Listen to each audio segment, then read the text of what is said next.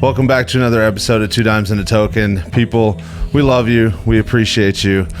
And before we dive into this episode, I believe we have to talk about our sponsor. The sponsor of this podcast, Death Grip Wax. I believe you were just putting on some of this beautiful product, right? This beard oil they have? By all means, you know I got to keep it classy. Absolutely. So if you are in a situation where you need to better yourself, you need to make yourself improved, you need to make yourself elite, right? The best way to do that is by taming the beast right here. So Death Grip Wax provides the top of the line mustache wax, beard oil, and all the essential needs for your facial hair.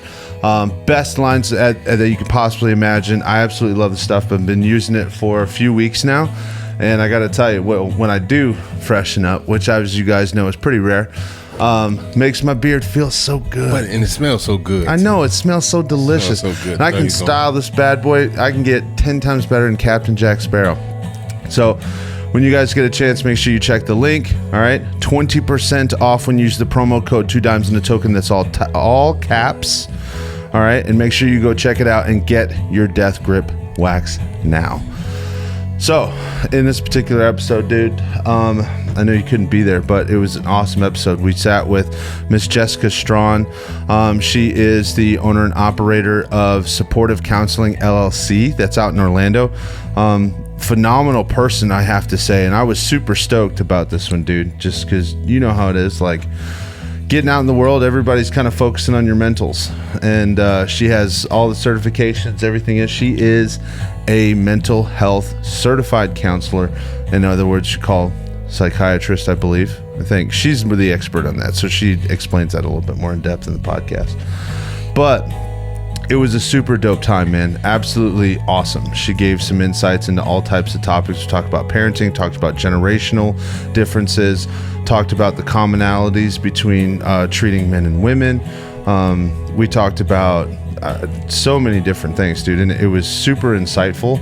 And she honestly, I can tell you, was super attentive. I could tell she's fucking awesome at her job because she listened very well. Very polished. Very polished. I absolutely loved it, dude. And in this episode, I want you guys, if you guys are tuning in again, this is we're gonna cut this intro real short here in a second, but it was super intuitive. Gained a ton of knowledge, and it was probably one of my favorite podcasts just because of the topic of it is you know, figuring out how you can better yourself, but also she opens up a huge platform where if you're a type of person where you need someone to talk to or you need some type of counseling, like, she's an amazing person to go to as well. So I can't say enough good things about her. But I'm always an advocate for help. We all need help. So without that being said, you know, we had Serge on. We had Matt on. These guys are just people that are tools that can help you become the best version of who you want to become. So she is one of those tools that is just helping you straighten and align yourself. Ultimately, figuring yourself out. We're all messed up to a certain degree. Yeah. And it's time to, you know, tighten those screws. Yes, dude, I love that. So besides that, make sure you guys, before we get into the episode, make sure you guys hit that little subscribe button. It should pop up right here. And make sure you guys go subscribe on YouTube, subscribe to Spotify, wherever you listen to your podcast. We appreciate you guys, and we love you guys for all the love and support. We do need your help to keep this thing moving, right? Get your family hooked on us, right? Because we are awesome individuals, right? We have one of us. I mean, look, second most sought after thing in America right here. Just tune in so you can watch this right here. All right. Lastly, I think if you guys haven't, make sure you go check out the merch stores. We still have shirts that are now $10 a piece, and we're still doing shot glasses. We got the beer mugs, 2 Dimes and a Token. We have Drink of the Pod, and unofficially sponsored by Terramana Tequila. Yeah. Not yet sponsored by Terramana Tequila. So without further ado, guys, I know you're going to enjoy it. The amazing Miss Jessica Straughn of Supportive Counseling LLC.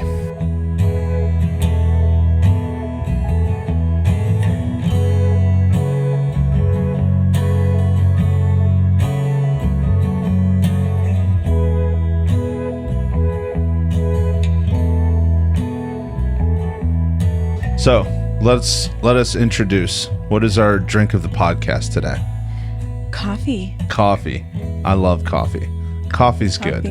Yeah. I'm actually really excited because usually our normal guest is like, let's do whiskey or my goodness. tequila. Yeah, and then there's been a few podcasts where by the end of it, we're like, hey, we should cut that. Too many not good. whiskeys. Yeah, it happens to the best of us. I would be down for like a seltzer or wine, but it would have to be more in like the afternoon, evening. I completely understand where you're coming from on that. So, give me some credentials here. Tell me a little bit about you. Drove over here. Thank you so much for coming. Of course. What is it that you do? I am a licensed mental health counselor here in Florida.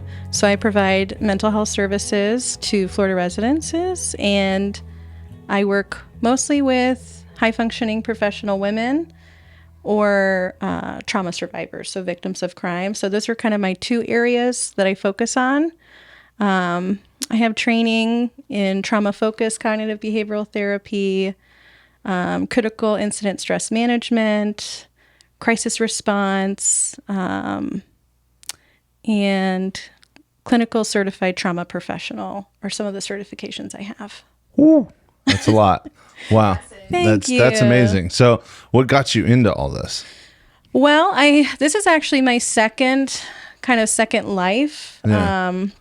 I had a career for about a decade before I got into therapy, and I did victim advocacy for the state attorney's office in Orlando, and then I worked for UCF's police department as a victim specialist. So working with trauma survivors in that way, I got to get some fulfillment helping them and serving them, but I felt kind of a calling to help someone deeper, more long-term. And that's really what kind of pushed me to go back to school for therapy. I knew I always wanted to be a therapist, but I really didn't get that motivation until I started doing advocacy work. And Nice. I knew, okay, I want to do a little bit more. Nice. So what was school like for this? I mean, that's got to be, I took psych when I was in college and that was it. Were you awake? And yeah, I think I was awake. It's such a unique topic to me and like I said, we'll dive into this a little bit later, but it's such a different shift from where we were 20 years ago. And a lot of it, especially as an adult, it was like, work until you die. And that was pretty Yes. much it. Yeah. And now, especially the last 5 years, there's been this huge push, like my mentals, you know what I mean? Absolutely. That's what you hear. So yeah, mental health awareness. And they even got a month for it now, if I'm not mistaken. May. See, I know what I'm doing. So what was school like going through that? So my experience, I'm sure everybody would say theirs was unique. But mine, it was a little bit of a struggle because my undergrad was fun and I had some consequences from that I had to address to get into my grad program. So high school, I was a very reserved kid, didn't really have a lot of adventurous experiences. And then college, I found my free will and I was like, oh my gosh, this is amazing. That's Yeah. dope. Right. That's dope. Living for today and not thinking about tomorrow. And it wasn't until I wanted to go back that I really had to look at my undergrad, GPA, and see that as a requirement for a grad program and was like, what am I going to do with this? So I had looked at different programs and I was working full time for a job that I needed to keep because they would pay for my grad program. And that was a huge deal for me that I needed to have that benefit to go back to school. So I was looking at UCF. They had nighttime courses, which fit with what I needed, but they're one in the top 10 schools to go back to for counseling. Yeah. So I was like, man, this is a really competitive program, and I don't have one of the 3 requirements that I need with my undergrad GPA. So I had to study for the GRE. The first time I applied to the program, I got rejected because I didn't have enough competitive scores. So I had to retake it again. And then even when I got admitted, I was on academic probation. Whoa. Because they they saw my undergrad transcript and they were like, we don't know about you. Like, we'll see how you do. Listen, it's cool. If it's any consolation, like people look at anything that has my name on it and they're like, we don't know about you. Yeah. You know, so it's all good. And my mom like laughed so much. She's like, honey, I told you that was going to come back and get you. So I got in, and I'm happy to say I got straight A's and I graduated. That's amazing. Thank you. That's awesome. But it was a hurdle to get in because when I got rejected the first time, I thought, okay, maybe I'm not capable of this. Maybe I'm not smart enough for this program. Maybe it's too competitive. But I'm happy that I pushed myself to try again because I got in, thankfully. But so getting in was hard. Yeah. But then when I was in the program, that was also unique because I was part-time. Yeah. So they do cohorts. So everyone is typically full-time. So you're with the same group the whole time you're in. So for me, I started with my cohort and then I fell behind each semester and met the new cohort. So they would see me and be like, who are you? And I'd be like, hello. I'm in this program, but I'm part-time. So I got to see all the different people in the program too, which was nice. So it was a great experience, but it was different than what I think a typical student would go through? Yeah. What kind of situations did you encounter as far as like training, or did they give you like situational evaluations type throughout your grad school, or did you have? Yes. Yeah. What was that like? So part-time, it's 3 years. So the first year was just pretty much courses. Yeah. So introduction, all these addictions, human factors, theories. And then the second year you start practicum. Yeah. So UCF has a free clinic that couples, families, individuals can come and get therapy. And it's free because it's the students in the program giving you services. Yeah. And it's videotaped and recorded. So you have a professor feeding you in your ear like notes while you're in session of, back off that topic or rephrase. It's like on the job training. Yes. Yeah. Oh, wow. So we had that. And then the last year you do internship, which is where you go off site and you intern for an agency and provide therapy under a supervisor there and a supervisor in the program. Yeah. Wow. That's intense. What was your experience like sitting in those evaluation rooms, like when you were being told what to say? Like, oh, it's nerve-wracking. Yeah. Even the idea of thinking I could be someone's therapist was like foreign. Like I was like, someone's going to say like, my therapist said this and they're going to be talking about me. Yeah. Yeah. So there was a lot of, and I think imposter syndrome follows you forever. I mean, it shouldn't, but it's even with me now in my business, but it was really apparent in the practicum because it was my first time being alone with a client as a therapist and having to push myself on just being able to talk to somebody for 60 minutes and not have like dead pauses. So it was intimidating. It was, but it was good. I learned a lot and I got comfortable being exposed each time I had to do it. Yeah. See, it's kind of like podcasting. I'm going to toot my own horn here. You gotta make sure the conversation doesn't die a little bit sometimes, depending on the guest. But no, that's intense. So basically you found this motivation, you got into it, finished grad school. Where did you go after grad school? So through grad school, I was still working at UCF for their police department. And part of that position was being on call. Yeah. So I was working full time, being on call, doing practicum, doing internship. And once I graduated, I stayed at UCF, but I was in a different position. I was doing more training and education on violence prevention. Yeah. So I was doing some grant work doing that and just didn't feel like that was enough. Like the calling was greater for me to move to therapy full time. Yeah.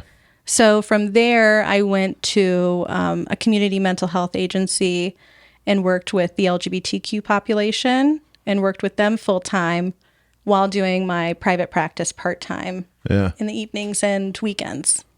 How did you, and this, again, some of these questions they're going to be a little challenging, I'll be honest. So, how was it interacting in the LGBTQ community? I mean, one of the things that you see a lot on the internet is like, there's a line drawn in the sand. Mm-hmm. There's the other side that says it's completely wrong.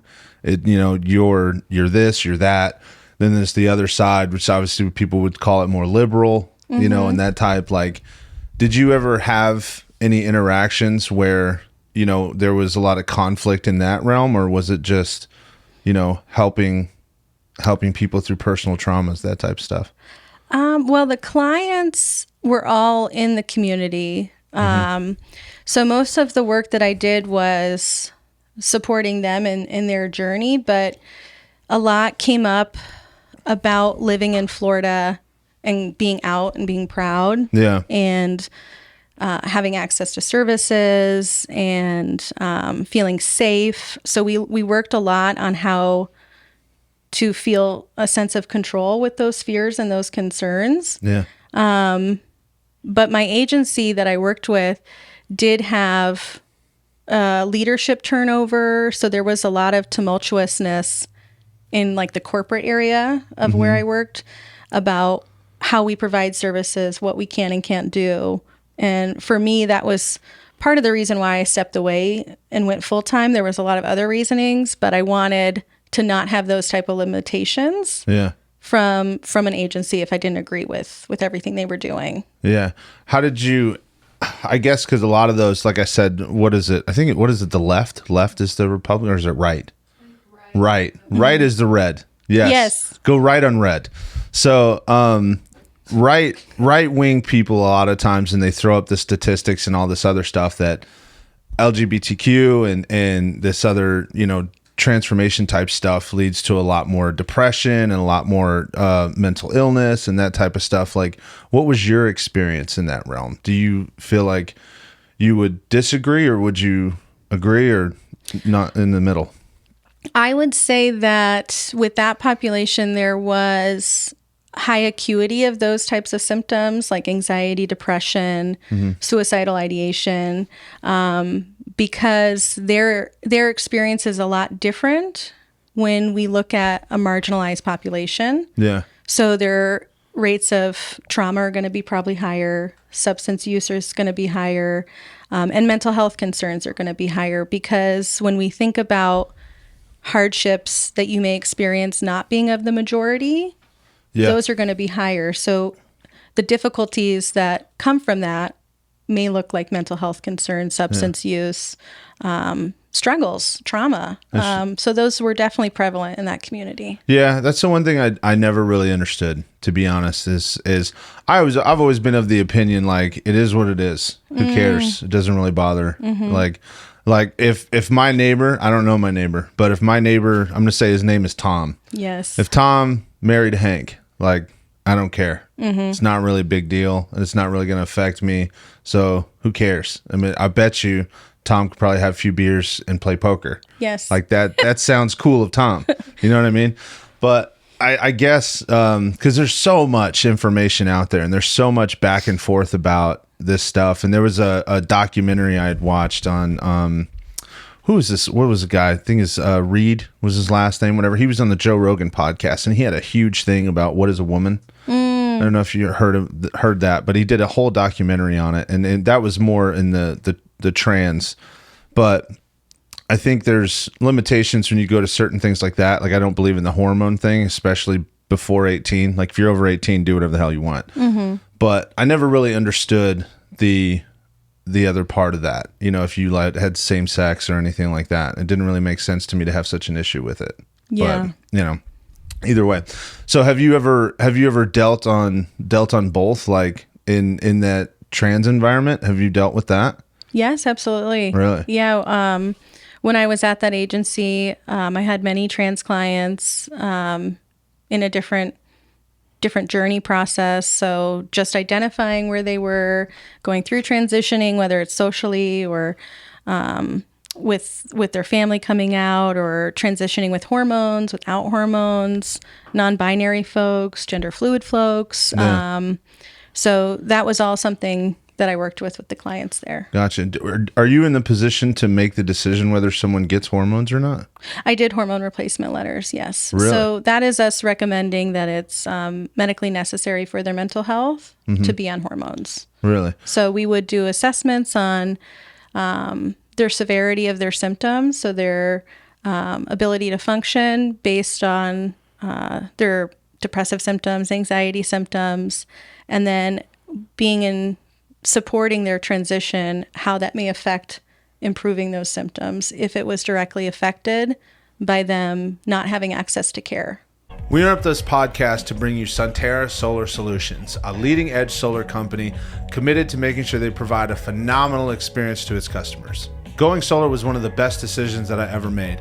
Not only did they provide me a no-hassle experience, it didn't feel like a sales experience. It felt like an amazing person-to-person having a conversation on whether solar was going to be right for me. I was fortunate enough to not only lower my monthly energy cost, but they gave me an option to be able to create a stabilized monthly bill that I could prepare around. I qualified for a new customer incentive that put cash in my hand after installation, as well as I qualified for a tax credit at the end of that same year after I had it installed. All in all, not only was it the best decision I ever made, I lowered my monthly energy costs, I stabilized my bill, I put a ton of cash in hand. It felt like I got paid to go solar. And my most favorite part that I haven't even mentioned, it eliminated my exposure to future increasing rates from the utility companies. So if you think going solar is the right thing for you, by all means, hit us up in our DMs. We can connect you with a sales associate today. And now back to the episode. And I'm going off of limited research on this too, because I'm not an expert. You know, you're 10 times more of an expert than I am. I'm known for drinking too much beer in podcasts.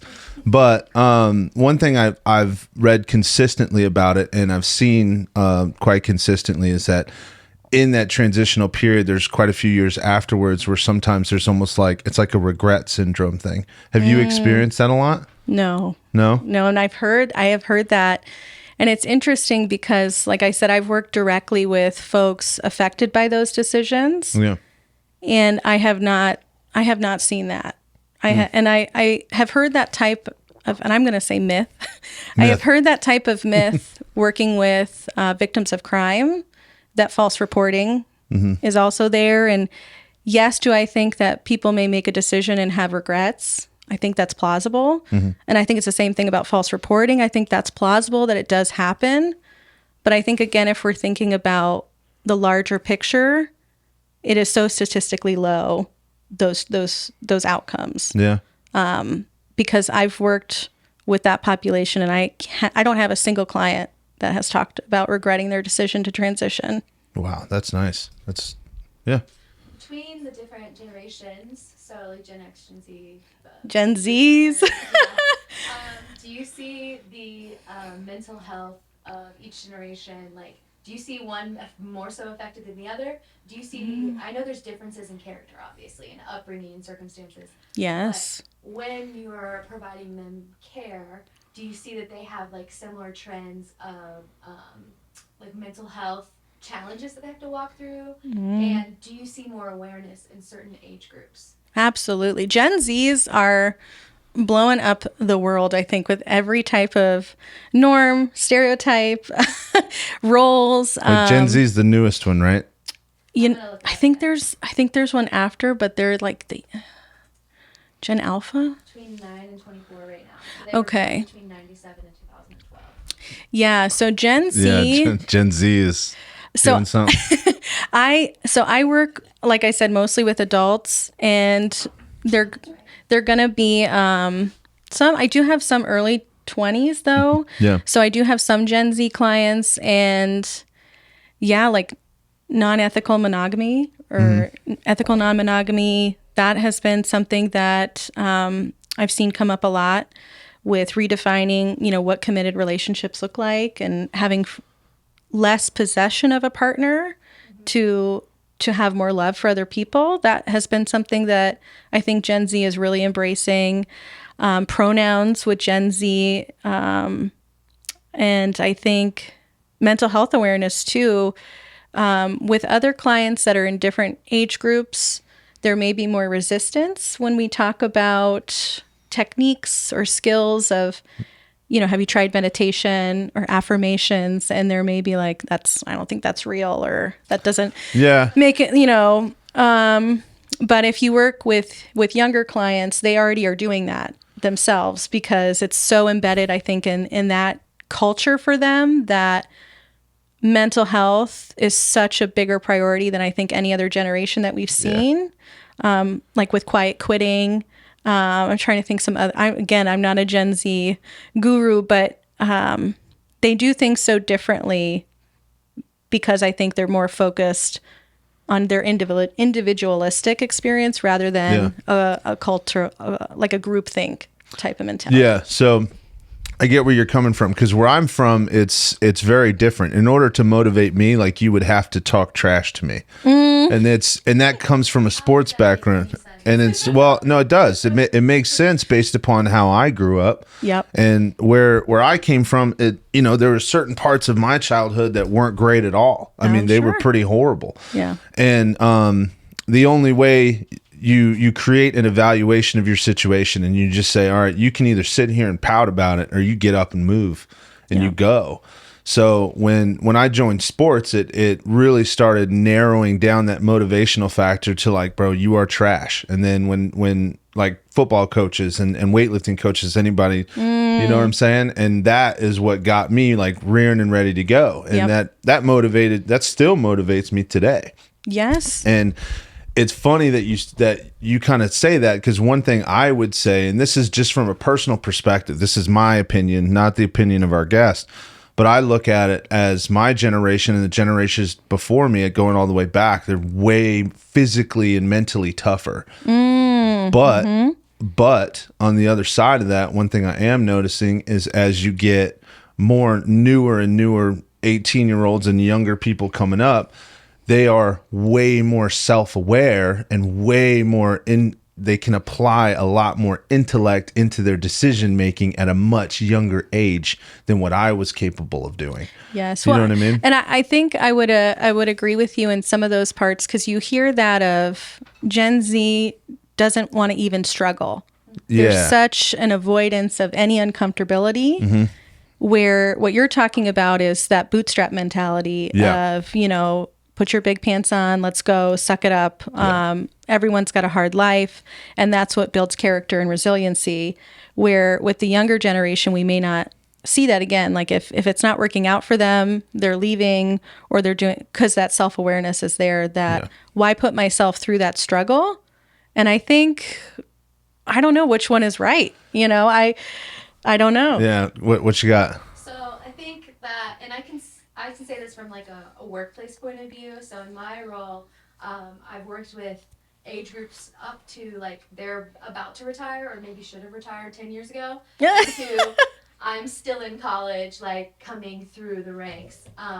There's definitely, on my end, a massive difference in the way that we approach situations, the way that we have conversations, and the way we motivate and engage the different age groups. That is one of the challenging parts of my role, is when you're looking at employee engagement and your diverse, like, group is all these ages, you can't do the same thing, right? Yes. And, it's so interesting, because I feel like that exactly what you said.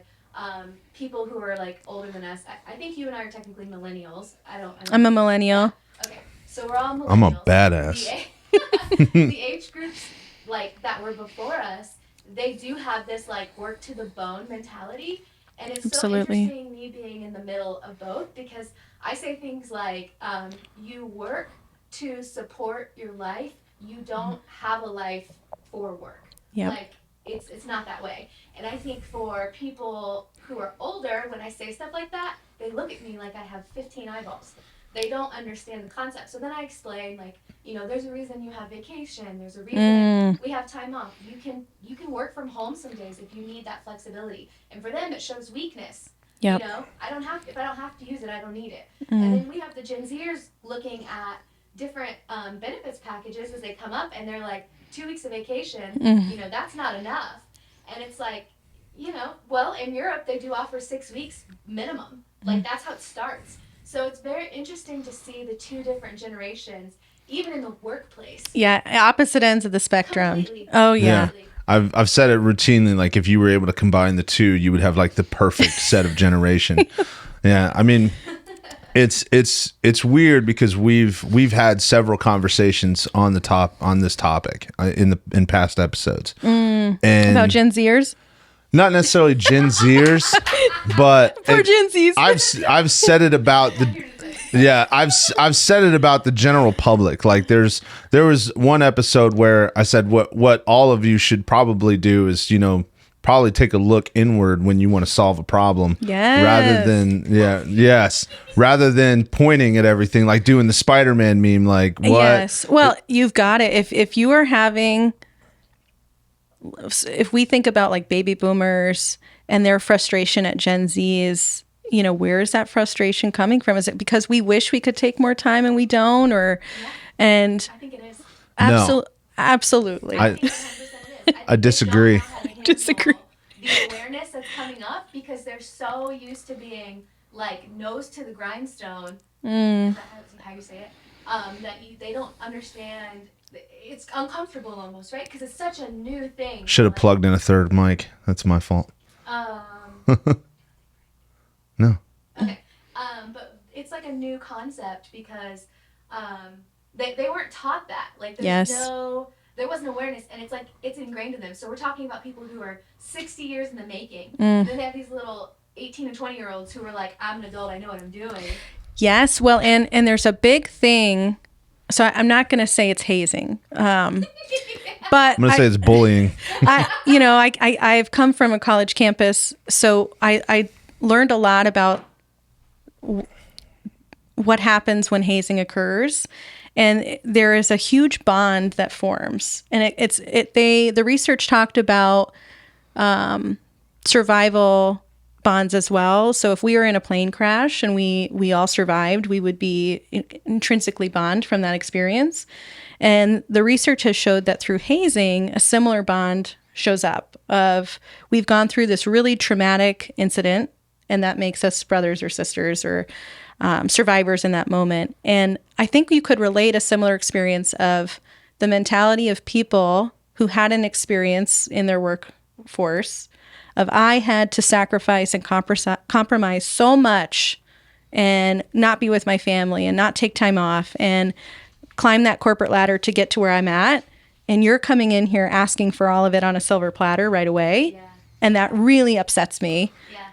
And I think that's something that we're seeing is if I did it this way, so should you. And I don't like that it's changing. See, that's where my point of view was. That's why I said I disagree. I don't think it's a necessary idea of jealousy. I think it's they just don't like change. Because that's true. And a great example of that is my old man. What a stud he is.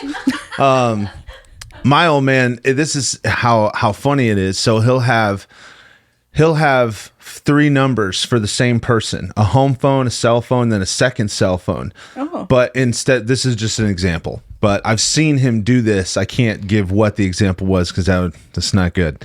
But he had 3 numbers for one individual. Okay. And instead of going underneath, you click the name, and now you can drop down mobile, this and that, and it lists out the numbers. He has to create a different contact for each number so that it's easier for him to identify. When I'm going to do it, he's watching me do that, and he'll be like, no. And it's like, no, see, that's your phone. This is my phone. Absolutely. You know what I'm saying?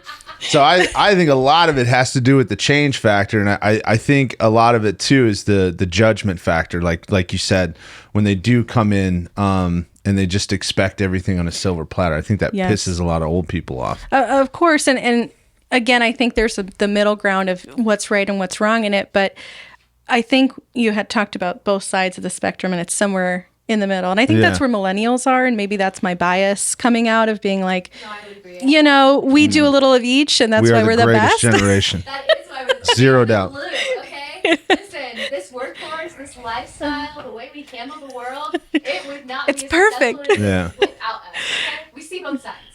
We interrupt this episode to bring you Joe's Backyard Barbecue, a delicious, amazing, gourmet type backyard barbecue meal with the most amazing service and the most amazing person that you can have at the helm, cooking those amazing ribs, the amazing brisket, and all the wonderful spices and barbecue sauces you can imagine.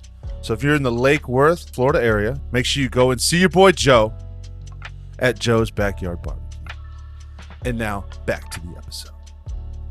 Yeah, so that's that millennial quality you got there. It's so funny. I love that we've gotten on generations. I'm like, Yes. oh my God. Well, That's great.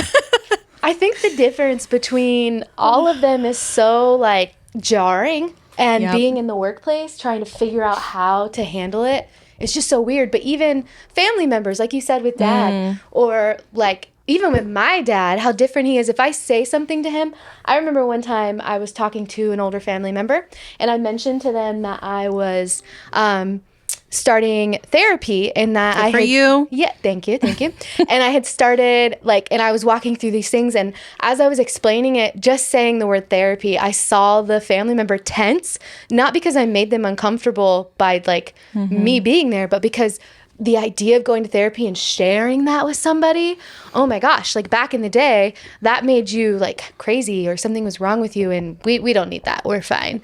Oh, So yeah. it's so strange to see the differences between everyone, honestly. And it's to compound on that, I think I have a little bit more of the what's the generation before us? X? Is it? Gen X? No, Y? it would be like probably like a boomer No, mentality. I think we're Y. Do we start over at A after Z? I don't know. That's why I think Gen Alpha is the next one. Oh, we do. I think it is A.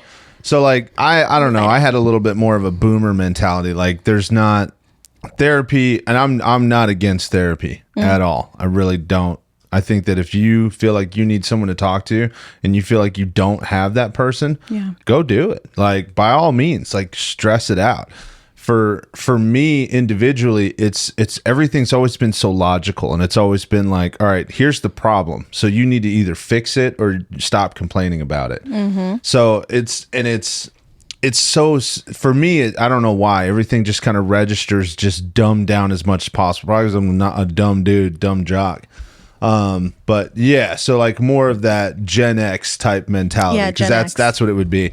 But it's always been like, hey, what's the problem? Like, what's the problem in the marriage right now? Oh, it's it's communication. I'm saying things and I'm talking from Mars. She's talking from Venus. We're not getting it, but we're saying the exact same thing. But it's pissing each other off. Yep. And we're just like, we're not there. Absolutely, You know what I yeah. mean? Definitely not So- from personal experience or anything. So it's always been like, for me, it's always been different. So going and having that outside outlet, in my, again, this is just my opinion, it's always looked at like, well, that's just wasting time because I'm looking at the problem right now and I'm seeing it. And I understand like it's simple, especially if you want to, I don't like to bring relationships into the conversation. That's one thing we tried to steer away from. But in this example, it's like, all right, one person's got to lay down at some point. So it is what it is. Like, I'll do it. It's cool. I don't care that much. You know what I mean? And then we move forward. Yep. You know what I mean? But with others, like you said, I don't think people look at things black and white like that. And there's always that middle ground. I would say from your perspective, so I specialize mostly with women, but I do have some males that I work with, some men, and it's a very similar mentality that you're talking about where, so I have some law enforcement, I have some medical professionals and some military workers that I have. And it's very same of like this defeated feeling of there's this problem that I just cannot fix. Yeah. And I have tried to solve it X, Y, and Z, and nothing is working. And this is kind of my last resort, is coming for therapy for help. Yeah. And there's no shame in that, you know, we all have our own ideas on how to work through issues. And if therapy is an option you're willing to try, then come on in and see if it's working for you. And if not, no harm, no foul. You know, you tried another approach and it is either going to help you or you learn that it's not for you. But that is really common for men, especially if you look at what culture they're working in. Yeah. If it's a high male dominated field, it is that rough and tough, go and get ready type of feel where you have a brotherhood that you lean on, and then therapy may come if you're open to it or not. Do you have a lot of differences in the way that you respond to men and women individually? Yes. Yeah. So I actually talk about gender more with male clients than I do with females because... And I just asked the question. It made me look great. Good job. And I think it may just because we're different, and I think identifying that difference is important. But with the men that I work with, the role of being a provider is so heavy on them, of sacrifices and providing for their family and being kind of the savior that bears all of the weight. And the resentment that comes up of, I give everything to my wife, my kids, and my job, and nothing's left for me. And I'm really unhappy with that. And it's how can we start to lighten that load a little bit to where that weight on our shoulders isn't so heavy? Not that we don't have to have those roles, because some couples, that's how they prefer it and they like it. Yeah. But how can it serve you better? Yeah. I feel you on that a little bit. Mine wouldn't be like there's nothing left for me. I don't really give a shit if there's anything on the table for me or not. The thing that really trauma response. Yeah, the thing that really gets me in that particular situation is when it's an imbalance in perspective on my behalf. This is where I fail as a man of household from time to time, 100%, because there's things that will a complaint. Yeah. That it's no, I give everything I have. Don't say I'm doing something wrong. Yes. When in reality, it's bro, check yourself.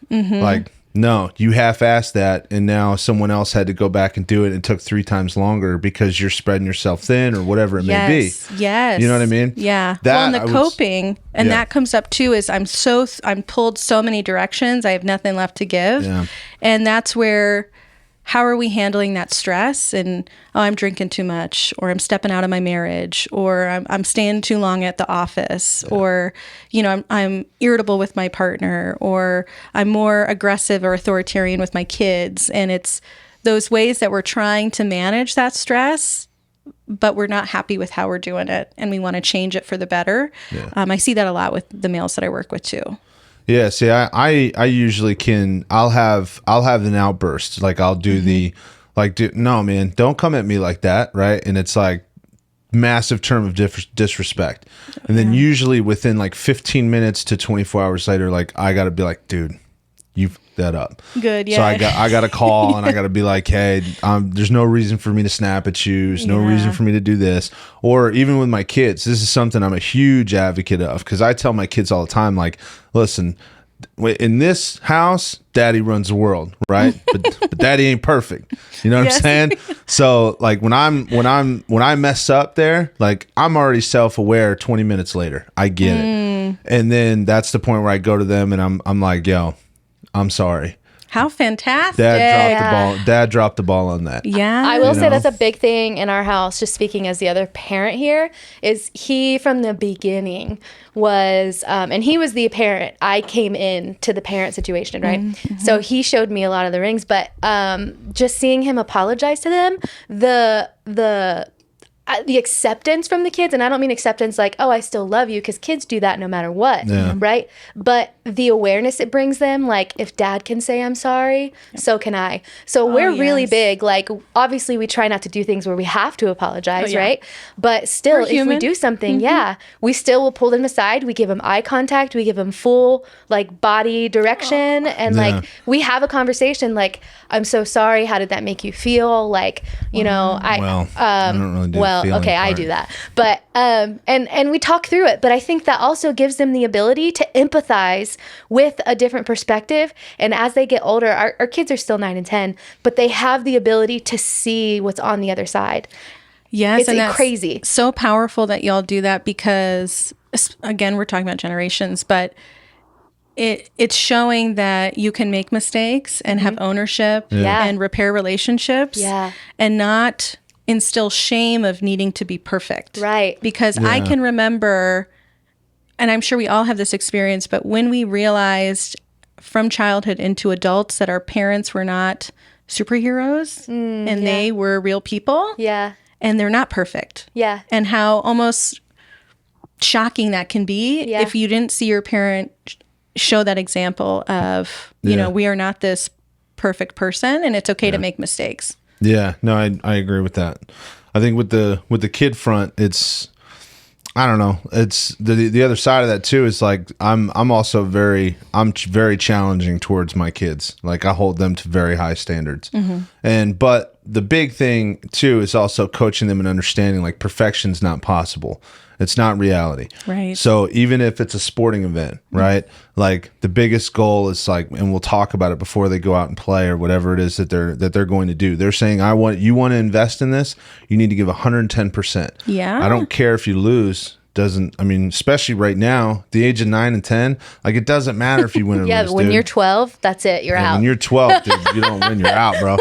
But it's like if you lose, like it doesn't matter. Right now, you're trying to learn how to play the game, or you're trying to learn how to do the dishes, or you're trying to learn how to do these things, right? And the moment that you do what I always refer to as half-ass, that's the point where it's like that stuff's not cool. Yes. Don't half-ass anything. If you do the best job you could and you messed up, that's cool. Let's walk back through and we'll figure it out. But as long as you go in there and you do your absolute 110%, I don't care if you lose by 80. Afterwards, hey, let's go get pizza. Yeah. Well, what You a know good what I mean? mantra. I mean, I try and do that where did I do my best I could today? Yeah. You know, as long as I've done the best that I could with what I have right now, I can call today a success. And again, to give that to your kids so early on to say, you know, give your best effort and then we'll figure everything else out. But you have to put that effort forward. I mean, that's a great life lesson to Love that. learn. That's good. I also love with the kids, Mike and I carry something I call passion, right? And so passion has two swords, right? It comes out and like we're really driven, we're really, we're going to give 110%. But also if you're frustrated or you feel like it's not going your way, you can be very deep in that frustration, right? So we live out our emotions sometimes. And I think our kids get exposed to like, oh, you know, Ash is having a rough day or like daddy's having some frustrations. And we've had to learn how to explain that to them because we understand each other. But the kids are like, yo, like, I'm just playing video games and you're over here like pissed. Why? And so I think when we expose the kids to that, it balances us out for us to see their like just pure joy. You know, kids go through things, but they have this resiliency where they just bounce back. And it's so fun as a parent to be around that when you need it. But it's also good, I think, when you expose them to things like we don't like to disagree. We definitely don't like to disagree in front of the kids. But sometimes we will have a conversation that's challenging in front of them. And I think it's really important because they can see like we love each other. We're not going anywhere. But we can also disagree and be upset with each other. Yes. And there's a way to have a hard conversation. And I talk to people about this in the workplace too. There's a way to have a tough conversation without being disressful. Absolutely. There's a way to disagree and still love someone. And I think some generations, I think some people, depending on how they were like brought up, I think depending on how their self-awareness is, they have a really hard time with A, confrontation, B, the communication within confrontation, and then C, being in disagreement. Yes. And it's so strange to see like the differences of when you put in the work and then you see someone who hasn't put in the work. And it's really good to expose yourself to all of those like experiences. Absolutely. Well, and you keep a strong foundation in your partnership from what you've talked about of love and respect. And a lot. So I'm contracted with a abuse shelter in Orange County. Yeah. So I work a lot with domestic abuse and violence. And what you've talked about, this healthy relationship component, is lacking for a lot of those survivors of I've never experienced healthy communication, healthy conflict. I don't know what that looks like. And my relationships are always tumultuous, high violence, high confrontation. Yeah. So again, a great example that you're giving your kids of we can have confrontation and conflict and still have that foundation in the relationship of loving one another and having respect and not crossing those unhealthy boundaries. Right. And it's so interesting what you said about the survivors or the victims of domestic violence. I work in a similar industry where we advocate for abuse victims. We work with anti-human trafficking. Like, we do all of that. Yeah. Oh, we're going to have to connect after this. Of course, yes. And I think something that's that doesn't click until you really expose them is these women, they're like, I've, never had a healthy relationship. And you're like, hey, so what was your, how did you communicate as a kid? And they just didn't have it, right? And they don't know that there is something different. And that is the craziest part to me. Because who showed them? Right. Their parents. Right. But then they just don't even have the awareness that you don't have to do that. You don't have to engage. You can decide to walk away. And I think a lot of times it's because we see them tied into these, and I think they call them trauma bonds, but we see them tied into these relationships, even though they could totally walk away and their lives would be better for it. But they feel this pull where I have to solve it, or I have to be the one that stays, or I can't leave because of this. And it's so strange to see that, especially as Mike and I, we talk about all these techniques we use and stuff. That's because we've done so much research and so much developing with each other, because neither of us had the best childhoods, but what we weren't going to do is screw our kids up because of Breaking those generational traumas. Yes, trying. I'm sure they have different ones now, but I told you, I'm awesome. that. Yeah. But I don't it's so hard sometimes, because as someone who's stepped outside of that situation and said, I'm not going to be like what I experienced. Yeah. And then you see other people who don't have either the courage or the resources or the ability to just step out and say no. How do you transition people from, I'm in this situation, I don't want to be here, I know it's bad for me, I know it's bad for my children even. Oh, yeah. How do you transition them into saying, it's time to make a shift? Such a good question. Well, I think you talked a lot about one key factor is the timing. So where they are in their journey in the relationship, especially with abuse, it's related a lot to substance abuse recovery. Takes 7 or 8 times to leave a abusive partnership before it's consistent. Yeah. So we has to line up with that timing of, this is my threshold. I will not go back. I'm going to go no contact. So it depends on where I meet with them on that journey, but it's a lot of empowerment of, you can be in control of your life. You can drive the bus, be the captain of this ship. And I'm sorry someone has made you feel that you're not. Yeah. But you can do that. Right. And with support through therapy and learning techniques and feeling heard, and that what happened to you was real and not okay, we can start to develop a plan of how you live the life that you want to live. Right. And it is connecting you to resources. It is having support, getting care, but it is completely rebuilding the foundation of who they are, because it's been demolished. Right. They don't know who they are at that point. Right. And a lot of motivation, you talked about kids, I don't want this to affect my kids. Right. That's the main motivator. I see people step out. And I think they forget how much the kids are affected when you stay in that environment. Yeah. It's so poisonous. And that's typically how I explain it to them is, when you go no contact, it's so hard because they when they have that contact again, it's like this fulfillment, it's like they were dry and they get full of water again.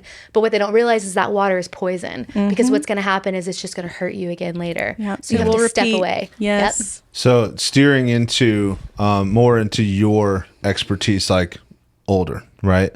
You do the thing. Yeah. Yeah. And do you ever, what kind of experiences do you have dealing with the adults? What would you say is your generation that you deal with the most? Millennials. Really? Yeah. Millennials, a little bit of Gen Z once they're at their 20s, but I typically will work with 20 to 40-year-olds. The referrals that I get from the shelter, they can be any age group. I have a couple of guys that I'm working with that are older from them. I have some older women, but most of the ages are going to be 20s to about 40. Wow. So, and like you said, you also help out in the shelter. How do you handle those experiences listening to that? Because I know one of the things that we can always relate it to almost like a cartoon, right? You hear all these stories and stories and stories, like you still have a net and you like catch Absolutely little bits here and there. Like, how do you carry that stuff after you hear horrible thing after horrible thing? Yeah. Through experience. So the work that I did for 10 years before this was still trauma focused. And I also responded to the Pulse incident as a responder. And that was the first time that I felt burnout or secondary trauma, compassion fatigue, however you want to label it. There's an actual term for that. Yes. Yeah. So didn't know it's that. as a helper, when you are experienced to others' trauma, so their stories, you witness someone be traumatized. So first responders will get this a lot. Yeah. That's going to be secondary trauma or compassion fatigue. So it's where you've been affected by the experience of your job so much that you lose the ability to perform the best that you can because you're really shutting down from being so overwhelmed by what you're taking in. Gosh, you can take that from another job perspective too. Like imagine, and this would be something completely different, but imagine you embrace, I don't know, say you work in retail and you embrace negative impact from customers 24/7. It's like the same ideal.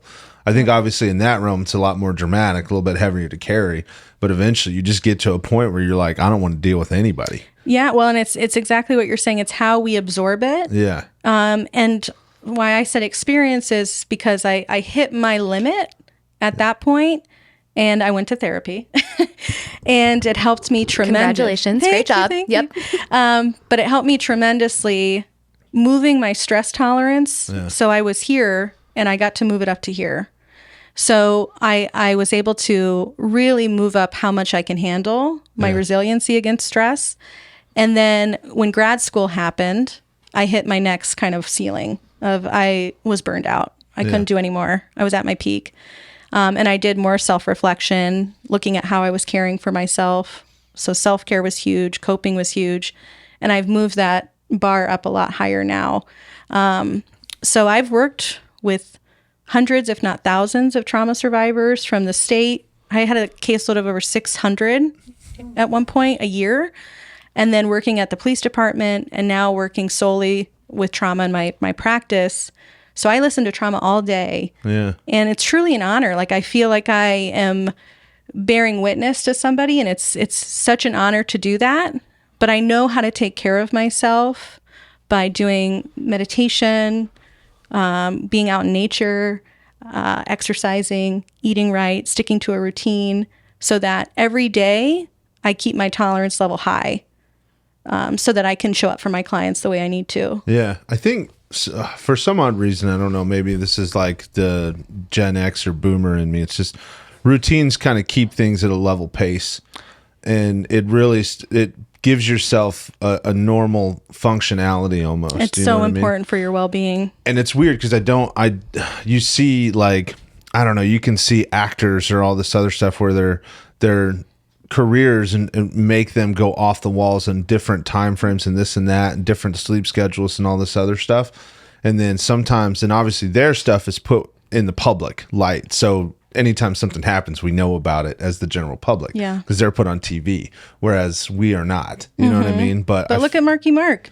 I mean, his routine is like, what? He's up at like 3 in the morning? Yeah, he's up at 3 in the morning. Goes and to bed at like out. 4 p.m. or 5 p.m. I think it's 6, and then he gets up. Yeah, he gets up at like 3. It's insane the way he does that. But I mean, that's a routine. Yeah, and it's funny because the most successful, speaking from a man's perspective, the most successful men that you see carry the routine. Absolutely. You know what I mean? And remember the Mamba mentality that we talked about? That was insane. Kobe Bryant's mentality was insane. His lifestyle, because he had so many obligations. Yeah. He was very intentional, and I love that word so much. Mm-hmm. He was very intentional with his time and where he put his energy.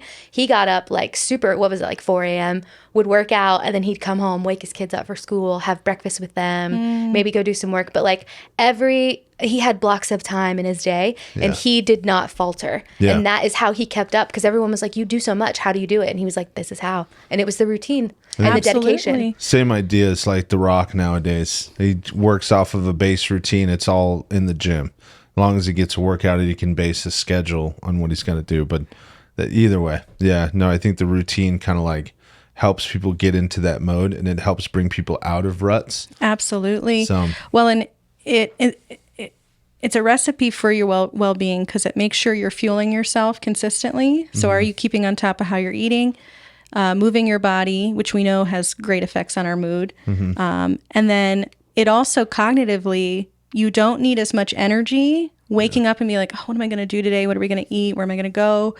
What do I need to get done? If you have a routine, you already know what you're doing. Yeah. You're getting up, you're doing this, you're getting the kids ready, you're then doing that. You don't need to pull from your energy level every day to figure out what you're doing, because you already know. Yeah, no, I agree with that. And I think a lot of another thing to that is I said it earlier, the balance in perspective. I think a lot of people carry way more weight than you really have to in some situations. Like some is like world changing, and like you said, abuse and that type of stuff. That's not what I'm referring to. But I think some people get really stressed out, and they're like the fear of failure or this or that, and they don't realize like it's one step at a time. Absolutely. And when you feel that weight kind of hitting you in the face, like if you really take a step back, rebalance your perspective, it's really not that bad. Yeah. And we can kind of move forward. Yes, I did You know that. what I mean? When I stepped out full time.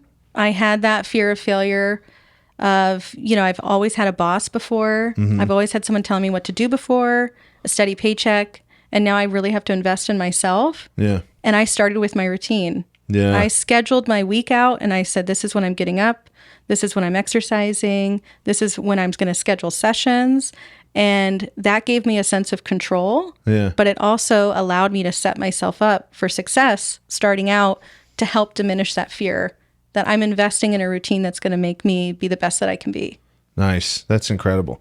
So getting into now, you have your own practice, right? I do, full time. Let's shout this out. What is? That's amazing. Congratulations. That's awesome. Name and location. It's Supportive Counseling LLC, and it is completely virtual. Oh. So it's all telehealth. So you can have sessions wherever you want, wherever you feel the safest, most comfortable, the most confidential, and it's all via video and audio. Nice. Yeah, so I get to work wherever I want as well, which is fantastic. Do you guys go through insurance channels, or do you have like pay per thing? I do take insurance. I have United, Cigna, and Aetna, and then I have self-pay. Nice. Yeah. That's fantastic. When did you start that?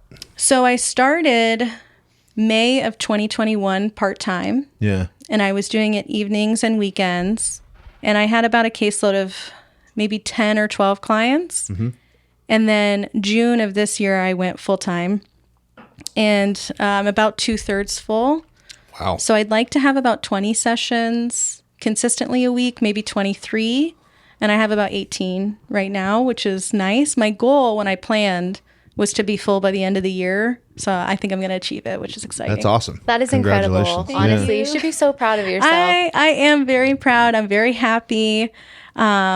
But it was definitely a courageous step, because it's scary. Yeah. I mean, I'm sure I don't have to tell y'all as business owners, but the benefits are so overwhelming. Yeah. But there's still that fear of, can I do this? Am I going to be successful? Will it be okay? Yeah. And like you said, one day at a time. Yeah. Can we be our best self today and move closer each day to those goals that we have? Yeah. Now, in your practice, like you said, you deal with mostly women, but you do have some men. What would you say is the majority issue that you encounter when you're trying to help women? Let's guess. What do y'all think? Relationships. Ding, ding. It is. Maybe I should have answered. Wow. Get out of here. So relationship issues. It is relationships. Like I said, that provider role that they have. So most of the time they've been in a partnership for a long time. Yeah. They've carried this role, and resentment has formed because they feel taken advantage of or not as valued as much. And this is men? Yes. Yeah. Yeah. Okay. So just the sacrifice that they have to continually give to their family, to their spouse, to their job, that they have found depression. So they're unhappy. They have sadness or shame. And most of the time it shows up as anger. Yeah. Yeah. So they're irritable, they're short-tempered, they're frustrated, and their relationships are becoming affected by that irritability or that frustration. Yeah. And they may have tried other techniques on how to fix it, but it keeps showing up. It may get better for a little bit, but they fall back into the routine that their family is used to, and it comes back up. The root is still there. Yeah. Yeah. So when that happens, and obviously I know you have a practice for reasons, you can't divulge all the secrets here. But what is? Yeah, come see me and find out. Yes, go see her and find out. What would you say is one technique that you can individually tell, just in a short term, like, hey, here's something that can help you come back to reality a little bit? I use that in a term of that's how I deal with it. Some people may say, hey, it may broaden your perspective or lighten the load on that aggressive language. But I say bring it back to reality. What's one tactic you would give a man Yes. to try and... Oh, I'd love good to. question. So this is what I start with all the time. And the clinical term is a cognitive triangle. So I work from a cognitive behavioral approach, but it is a fancy way of kind of what you're saying is checking your reality. Yeah. So with our cognitive triangle, it talks about situations. Yeah. So we're out in our day-to-day, something happens, we talk to somebody, an incident at work, whatever, a situation comes into our environment, and our cognitive triangle comes up, which is our thoughts, our feelings, and our behaviors. So we want to start to be aware of when a situation that triggers a stress response, a maladaptive behavior, an uncomfortable emotion, what does our mind sound like? So what are we thinking when that situation is with us? What are we feeling? So if it's anger, are we feeling warmness in our body? Are we tensing our muscles? Are we clenching our jaw? And then what is the last part is our behavior. Yeah. What are we doing in response to that? Yeah. And how is our thoughts and our feelings fueling that behavior? And when we become aware of that, we start to challenge the thoughts and the feelings so that our behavior is more in control, so less reactive. Yeah, more conducive to problem solving rather than Yes. problem causing. Yes. So if this situation that is the issue coming up in the partnership or at work, if we are starting to be aware of identifying what are these situations that are hard for me, okay, it's this and this. When they come up again, I want to just be curious about what my thoughts sound like and how I'm feeling. Yeah. And once we identify, okay, I'm thinking, here we go again. I've got to take the trash out after I've worked a full shift and she's been home all day. Okay, what does that thought feed into our feeling? Frustration, disrespect, anger, and we may then start an argument with our partner. Yeah. But how can we start to communicate maybe that need differently of, hey, I just got home. Can I do this once I've unwinded for about 30 minutes? Yeah. See, I'm really big on Mike's got to have time to love Mike.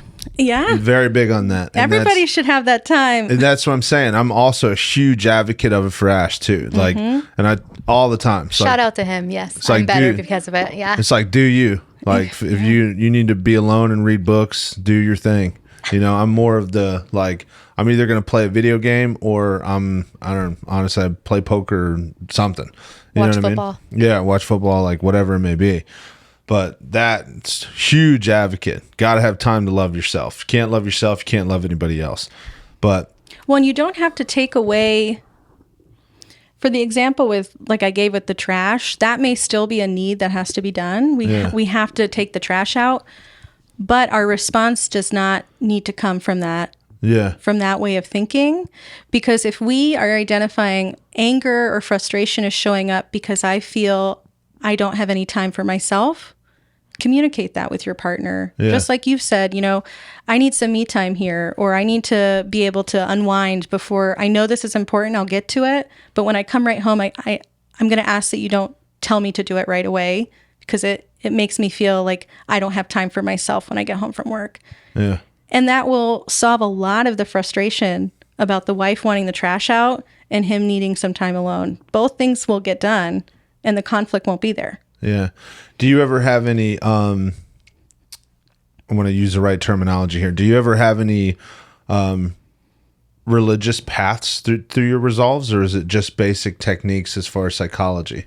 So I don't affiliate any of my faith into my practice because we have to come from an Non-biased. Yeah, from a non-biased perspective. Yes, and open. But if clients, and I have some where they have a certain faith that they've identified, so we'll talk about culture and religion when we do our intake. And if they say, I'm a strong believer here, my faith is really important to me, I go to church here, I pray, we'll talk about that with coping of, when was the last time did we go to church? When was the last time that we prayed?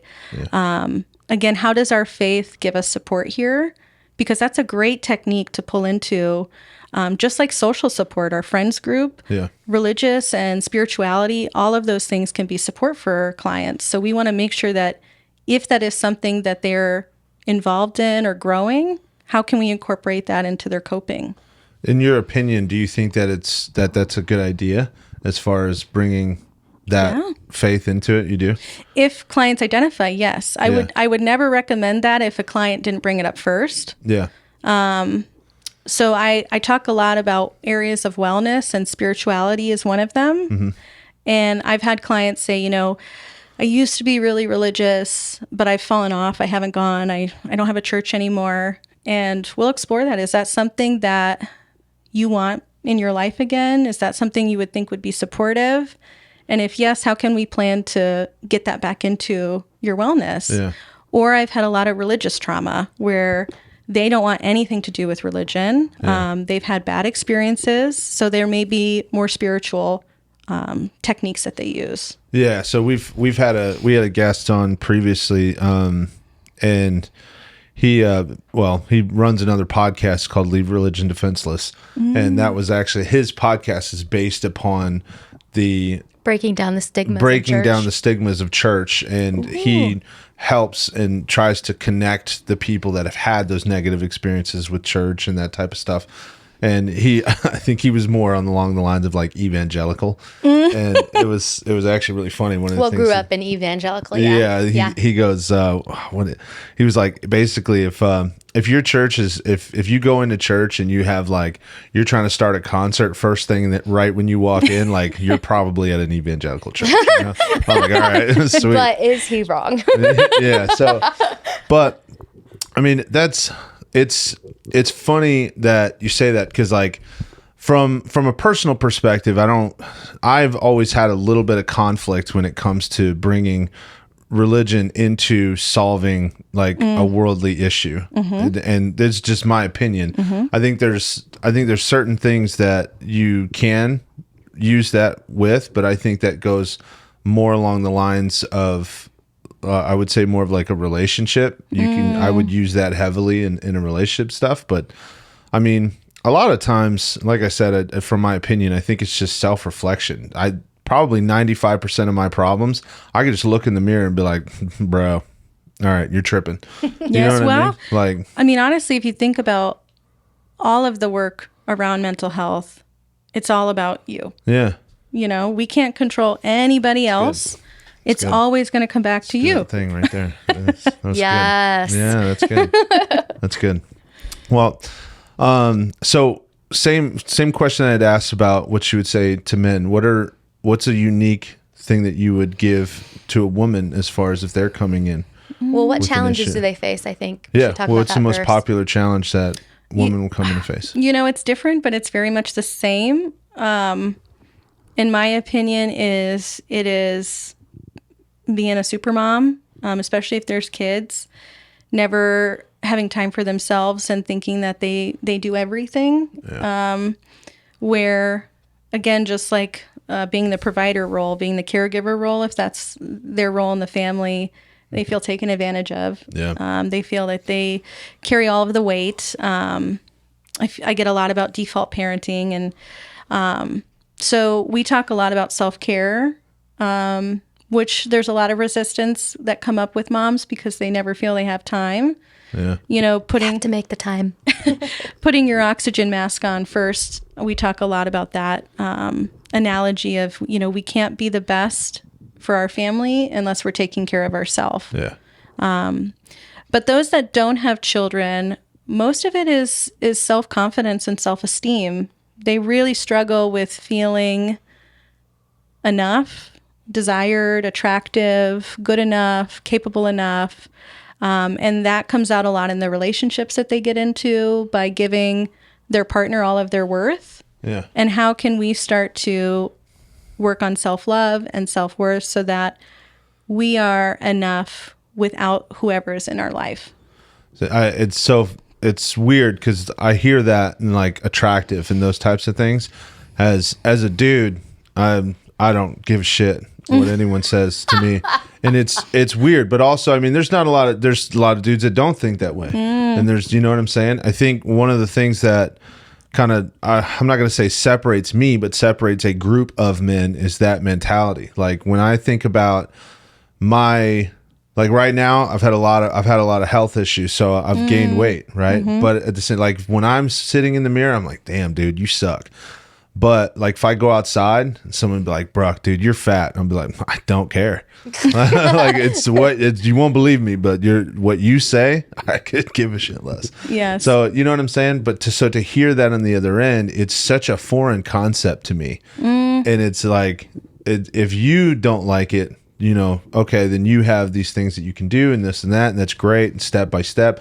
And I'm a huge advocate of like, hey, I'm in the worst case scenario. Well, I went out and I walked a quarter mile. Dude, that's a quarter mile you didn't walk yesterday. Absolutely. It doesn't matter where you are on the totem pole. The pole starts somewhere. You know what I mean? And eventually you'll get to where you want to get. Yeah. You know, so I'm a huge advocate of slow progress over perfection. And then the other side of that is like if somebody says something, I think that's where a lot of people, like you were saying, they can get really self-conscious. Yes. Well, and I think it does say a lot about societal norms for genders. You know, I think if we think about the issues with the man that I work with, it's a lot about how can I be the best provider and protector for my family and still be mentally well. Yeah. And on the other end, it's for females, how can I not age and be desirable and be thin and be attractive for my partner and compete with other females around me to be the best and the most beautiful that I can. Yeah. And I think that has to do a lot with how we view each gender. I don't think that's good for us, but I think realistically that's a lot of what comes out that is placed on us growing up, so we take on those beliefs. Yeah, like gender stereotypes. Absolutely. Gender stereotypes are things that piss me off a little bit. They do. It frustrates me to no end because there's like everybody knows the one, like a dude can sleep with loads and loads of women, and like you know, amongst being the a dude, yeah. amongst the dude community, it's like bro, you know. But then like if you're in a group of 5 dudes and you have one woman that slept with 2 of them, all of a sudden Yes. it's like bro, you know what I mean? That one. And I don't care, like we are a dude podcast. There's a lot of testosterone that comes through this podcast room, but it's like straight up like that's pretty shitty. I'll be honest. Yeah, that well, part it's sucks. How can you be both? How can you be that sexy, sultry person, but Yeah. also be a wife? Yeah. You know? Yeah. That's it's weird too, because like my personality set, to me, it's this is the flip side of it. Stereotypes to me, all of them are hilarious. They're funny to joke about. I think you joke about anything. And the sad part is, like I've said quite a few jokes across the board, and there's been a lot of people been like, it's just a joke to me. Like it's funny. You know what I mean? But when it's taken seriously and it's like, oh wait, you really feel that way? It's to me, it's like, it's pretty shitty. Yeah, You know what I it can be mean? hurtful for sure. Yeah. So, but digress. We'll move on. So, what would you say is the most challenging thing that you've encountered since you started your own practice and you've taken that leap into running your own business and helping people? I think I think it is losing clients. So being ghosted or being fired and not having that fuel imposter syndrome. Yeah. So, we're not everyone's cup of tea, and people leave therapy for a lot of reasons. So I've had being ghosted by a client where they just stop showing up, and you'll check on them and ask about scheduling, ask if they're okay, and you don't hear back from them. And we're left with kind of thinking of, I hope they're doing well. I hope I helped them as much as I could. Yeah. I hope they'll get with another provider that will help. So that feeling of, not having closure with a client, because it's a really intimate relationship you form. Yeah. You get to hear really vulnerable parts of somebody. So that is hard, of questioning your worth as a clinician and a provider of, did I mess up? And we should ethically be questioning that of, did I try a technique that wasn't good for them, or should I get more training about this issue? But I'm careful about not letting that fuel self-doubt in my abilities, because I'm very confident in myself, but it comes up. That's a hard thing I'm struggling with, being just on my own, is there's no one else to blame. It's not the agency. It's not it's my practice. And when I lose somebody or they tell me they don't want to continue, I have to really sit with that and explore why is that happening, and how to not fuel my self-doubt with that. It's so interesting because I think as helpers, we tend to give our heart into things, which is what makes us so good at what we do. It also fuels what we do, like I just said, but it also drains you really fast. So when those situations come up, it's like, this was professional, wasn't personal, but what you're doing is so personal. Yes. And as someone who's obviously, I'm not in therapy, or I'm not the person conducting the I'm not a therapist, but as someone being on the other side as a patient, I never considered what it would be like as a therapist to be in those vulnerable moments and then never see that person again. So we think about you. I have clients I haven't heard of in years, and I'm like, I wonder how they're doing. I hope they got that, or they've got their goal. But that's really where having colleagues that are seasoned and experienced to give you support, consultation is good, supervision is good. So I've really built a network of clinicians that I trust, that when that doubt comes up, I can give them a call, or we can get coffee and I can just unload on them of, this happened with this client. What do you think? Yeah. And they'll give me some reassurance as well, which is really supportive. That's why I said it's like a dragnet, right? Everything, it just kind of piece by piece just gets stuck in there as you go. Yeah. And then that's the one thing I tell you, I could never do your job, and just let me give you 5 reasons why. being very direct. Like I'm usually pretty good at sound advice. The problem that I have, it goes back to, I think, to the generational thing. Like when I hear certain things, there's certain parts where I'm very direct, but I'm also lack of the sensitivity part. It's all right, well, it sounds like you're just being a baby and you need to move on. You know what I'm saying? You need to just move forward. Like, it is what it is. rough bro. around the edges. And Yeah, there's a right way to handle that conversation. There's a right way to handle it, right? And there's a right way to talk to somebody in that perspective, right? But also, hearing too many people in the same day. So you have 3 or 4 sessions in the same day. I have 6 a day. That's my point. And it's hearing all these problems. By the time I get to the 3rd one, I'd be like, bro, it's you know what I'm saying? It's a patience thing, and it's an ability. I think what you have is a very, very unique ability to be able to listen to those problems, absorb it, and not let it frustrate you, but also not let it drag you down to a point where you're like, dude, I don't know how we deal with the world. And that was another reason why when I saw you on socials, I was like, I got to get you in. I want to see what that life is like, because it's intense when you think about it and you really put yourself in there. I mean, you could be going through 6 sessions where 4 people are talking about abuse and they have physical symptoms, and then you have one that could be sexual abuse, and then you have another what we talked about earlier, say a trans issue, and that's so unique to the world. And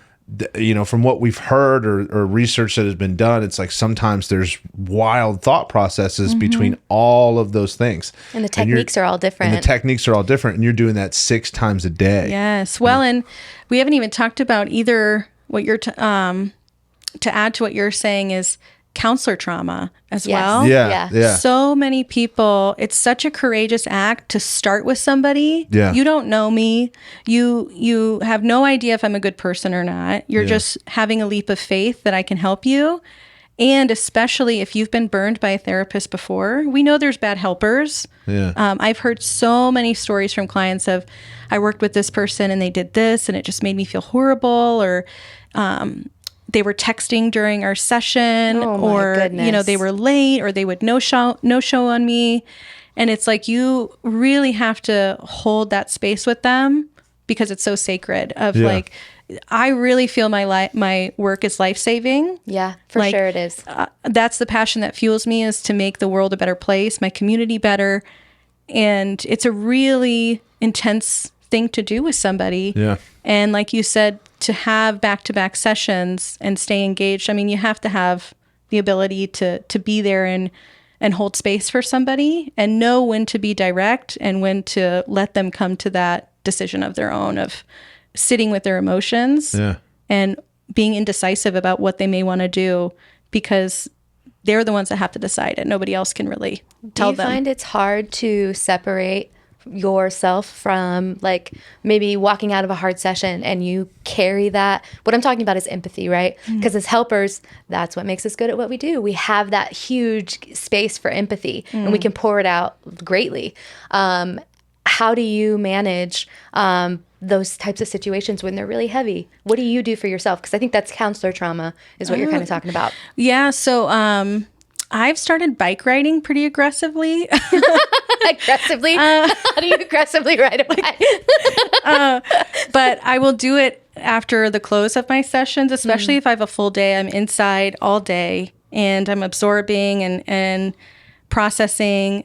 And if I feel wound up, if I'm paying attention to my body and I feel restless and anxious, or I'm replaying a session in my head, that's a cue for me of, I need to release some of this energy. I can't keep it with me. Yeah. So I'll do something active, and I'll do something outdoors, because being out in nature is really, it's a good technique for me that helps ground me.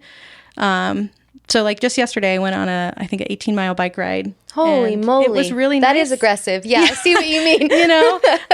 But Sounds good. I go as far as I need to go from that day of. Were you on like the other side of the state? Or? Yeah, I found a bike trail, and so I've been enjoying that. Good for you. But I did that in COVID. When COVID happened, I started running again, and I haven't ran in a long time. But when I feel high stress, I need like a high intensity workout to feel let go of it. Nice. Well, one thing, one of our segments I want to get into, because we'll probably have to start. I know you're on a time constraint as well. You got somewhere else to be. But we want to do it's called Greatest Bad Decision, right? Ooh. Sponsored by Death Grip Wax. So if you have a chance as a dude, make sure you want your mustache to look great. Get that Death Grip Wax. So what it is basically, can you give us basically the one of the worst decisions that you ever made that turned out to be the best thing that ever happened to you? Oh my goodness. So bad decisions make better stories. And that's what that is right there. Worst decision I've ever made. Well, she decided to go in therapy, but like it's going really well. I'm just kidding. Oh my goodness. It's hard because I don't really have regrets, but it's a bad decision that turned good. I guess I talked about my freedom in undergrad. Yeah. That was definitely some bad decisions. I missed like finals. I was out goodness. like multiple days of the week dancing, like having a good time. Like it was really Partay. Yeah, for no thought about tomorrow at all. Just having fun and free will. And I will tell you, it was hell and high water to come back from that, especially with my grad stuff. Yeah. But if I didn't make all those bad decisions to have fun and be impulsive, I don't think I would be as content in the life that I have now. Yeah. I'm married, I got a house, I got a steady job. Yeah. But I had more of that freedom and wild stage in college, where it was, I think, the most appropriate time to explore all of that. Yeah. And I may have had a lot of consequences from it, but I wouldn't change it, because I think we all need to have those types of experiences, because I really found myself, what I wanted to do, what my passions were, because I felt that pressure of, when I graduate, what the hell am I going to do? Yeah. As an adult, like, how do I survive? Yeah. And reality really hit me, and I think that was the motivation behind all of those decisions. That's awesome. I love that. I've had quite a few bad decisions, so they didn't turn out great, but I just had a lot of bad decisions. So one day we'll turned out okay. Yeah, one day we'll dive deep into those. But a lot of them were funny. I had a lot of high school bad decisions. I don't know. Actually, you might have heard of some. I don't know. She graduated 3 year, two or three. Yeah, I was 2 years 09. after. I was I was trying going to to say, think. yeah, LBHS. Let's do it. But no, one of our last segment that we get into, it's called Spice of the Week, right? Spice of the Week, usually we kind of separate it out a little bit more, but it's an awesome conversation. Like I said, I'm loving the fact that you came through. This has been super awesome. One day you'll have to come back. We'll probably have to break it down more. I would love to. Yeah. Oh We'll my have gosh, to, I feel so. like we could keep talking for hours. I know. yeah. I know. This is something that I'm, like, he'll tell you, I'm so passionate about. And I think that the awareness that's coming up. We'll have to adjust though, because with how much, usually the back can't talk as much. You'll have to have a chair. You put the wrong person in this chair. Yeah, I thought I did all right, but whatever. But Sorry. so what it is the last one we do is called Spice of the Week, and it's I need you to tell me something that has happened in the last week that kind of lifted up your week a little bit, something that made it better. And the idea is to get people to evaluate positives in their life. So sometimes you can have a trash week, but it's like, it can be big or it can be small. Great example. I always use the same examples, but Keon was on here. One of his was, he was Christmas shopping with his son. Some random person gave him $100 and was like, hey, he's only going to be this old for so long. Like, here's some money, go get him more toys. Oh, And it that was is huge. so nice. Yeah, it was great. And then I had one where one night I just couldn't sleep, and I went out in the kitchen and I had like the greatest bowl of cereal you could possibly imagine. It was Lucky Charms, and for some odd reason, for the next 48 to 72 hours, I was just like, my week was kind of going to crap, and I was like, bro, that cereal smacked. Like, Note that to cereal self, was delicious. Keep You know what I Lucky mean? Charms in the house That's at all it. times. So like, it can be anything across the board. Something that happened that was little, something that happened that was big. We're gonna start since our back judge here. Since go ahead. What's a spice of the week you got for us? This might be a reoccurring thing for me, but sometimes I get really stressed, obviously, and the way I decompress is by taking time by myself. But earlier this week, I was just sitting in my space, and my 2 cats were with me. One was on me, and one was next to me. And I had a book and like a candle, and I had YouTube playing on this like fire, like rain situation. And I just looked around and thought, these are the moments that kind of create you into a better person. And I know it was just so simple, but like it like I look forward to that time again through the week as it got more stressful. I was looking forward to those moments every day as the work week went on. So That's fantastic. yes, my kitties. That sounds great. So I would say my spice is this podcast. Oh snap! And I'll tell you why. What up, though? It's been a fantastic experience. I was very intimidated when I came in and I saw how legit the setup was. Oh, nice. But it was very comfortable. But it's the spice because I had changed my content on my profiles and my socials. I had really put some intention into what I was writing. And I put the last sentence, I was like, I'm passionate about helping women and I want to do more outreach and webinars and podcasts. And I wrote that and I thought, I don't think anyone's going to, reach out. And I'm not kidding. Days later, I got your DM of, hey, saw you, would love to have you. I have this podcast. And like my mouth fell open. Yeah. And I was like, is this real? Like, is this happening? It's happening. And I was like, do I have powers? Like, Divine intervention. and Manifestation. like I told everyone in my circles that I got contacted and that, this is happening, and I am so excited about it. And it really was like true proof that if you open yourself up and you ask for something, it will come to you. And awesome. This was an example of it where I was like, okay, I've got another push in the right direction of I'm doing a podcast. I said I would love to be involved, and someone saw my profile and said that was enough to be a guest. And I mean, that was huge for my confidence in my practice. So definitely this is my spice. Nice. I'm not going to be able to top that.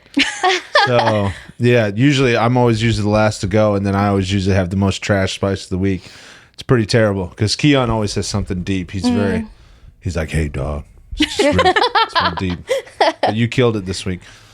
I would have to say, let's see, my spice of the week. Honestly, boy's been going through a little adversity this week. Been a little stressed, right? A little? Yeah. And honestly, I would have to say my spice of the week is going to go out to if you have kids, having an adult conversation with your kids. That always lights me up a little bit because when I sit down, I can sit and lie. I do it a lot with Avery because she's, you know how it is. Women are smarter than dudes. Let's be honest. Right on. My son just looks at me. He's like, "You teach me to football," and I'm like, "All right, I got you." But Avery, way more in depth. Like she processes things and she like hard thinks about things a lot. So, and she came to me and we had like a 20-30 minute conversation about something that we had watched, and it was actually church. It was actually church that we watched. Yeah. And we talked about it for like 20-30 minutes afterwards. She's like, I'm just making so many connections, Dad, to why you tell me this stuff, why I need to be more open. And I'm like, exactly. You know what I mean? That kind of put me up, and I was like, I'm kind of good at this When you dad see the thing. light bulb go off. For Yeah, sure. I was like, what up, though? You know? And then afterwards, she was like, yo, what's up? So we ended it on a good note. But no, that would be my spice of the week. So before we wrap up, do me a good favor. Go ahead and lean forward a little bit. Look right into this camera and tell us where we can find you. Give us your socials. Give us your location, phone numbers. Give me everything you got. Phone numbers. Oh boy. Okay, so again, practice name is Supportive Counseling LLC. Website is supportivecounselingllc.com. My client number is 407-906-5537. Completely confidential. Rings right to me. Call or text. Email is JEScounseling1@gmail.com. And I would love to hear from you. Absolutely. So this is now unofficially, this is our unofficial counselor of the podcast. I love that So role. Yes. anytime we have a internal conflict now, we're just gonna have you come on. We're gonna duke it out on We're gonna camera. have to duke it out on camera. That's how we do this. So I know Keon will have some stuff. I know next time my brother actually would be. He's going to be one that next time we get a chance, you're going to love to sit down with him. I don't know if you know, he was an addict in where we grew up for 15 years. He's sober now 4 years. And, Incredible. Absolutely incredible. It's really incredible to be honest. I think he's Beautiful. going on 5 years now. Yeah, I mean, yeah. It's been a while since His we started. story is Tremendous. inspirational. Yeah, and he had a very he had a lot more religious route to certain things, but I digress. So once again, guys, thank you so much for tuning in. We appreciate you. Make sure you go subscribe, and let's go check out. If you guys need some help, please contact Miss Jessica here, and have a great day.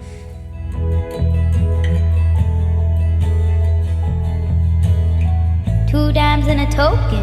Do you make 12 seeds?